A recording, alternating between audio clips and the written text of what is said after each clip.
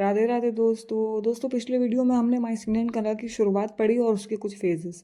आज बात करते हैं उसकी कुछ इंपॉर्टेंट डिटेल्स, जैसे कि किलाबंदी और लायन गेट। माइसिनियन सभ्यता की सबसे महत्वपूर्ण विशेषता उसकी किलाबंदी थी।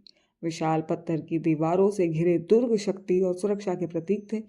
माइसिनी का प्रसिद्ध लायन गेट, याद रखिए क्वेश्चन में आ सकता है। लायन गेट दुर्ग का प्रमुख प्रवेश द्वार था, जिस पर दो शेरों की आकृतियां बनाई गई थी। फिर बात करें माइसिनियन सभ्यता का पतन। लगभग 1100 बीसी के आसपास डोरियन आक्रमण के कारण, अब डोरियन क्या है? डोरियन नामक यूनानी जनजाति है जिसके द्वारा ग्रीस पर किया गया आक्रमण था। तो बात करें कि डोरियन आक्रमण के कारण माइसिनियन सभ्यता का पतन हो गया। अनेक नगर नष्ट हो गए और पुरानी संस्कृति धीरे धीरे समाप्त हो गई। फिर आता है डार्क एज। अब ये डार्क एज क्या है? 1100 से 700 बीसी के बीच का समय यूनानी इतिहास में डार्क एज कहलाता है। इस काल में कला और संस्कृति का विकास लगभग रुक गया, यानी माइसिनियन के बाद विकास रुक गया ऑलमोस्ट। इसे सांस्कृतिक पतन का काल माना जाता है। फिर आती है ग्रीक कला का विकास।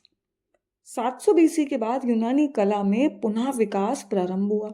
500 से 323 बीसी का क्लासिकल ग्रीक एज यूनानी कला का स्वर्ण युग माना गया है, ग्रीक एज का। इसके बाद 323 से 30 बीसी के बीच हेलेनिस्टिक पीरियड आया।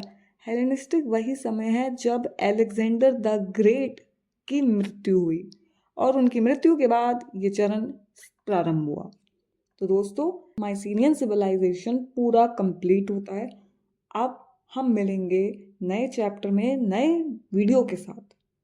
Till then do follow and subscribe. Thank you. और अगर आपको कोई क्वेश्चन हो तो आप कमेंट्स में पूछ सकते हैं। राधे राधे।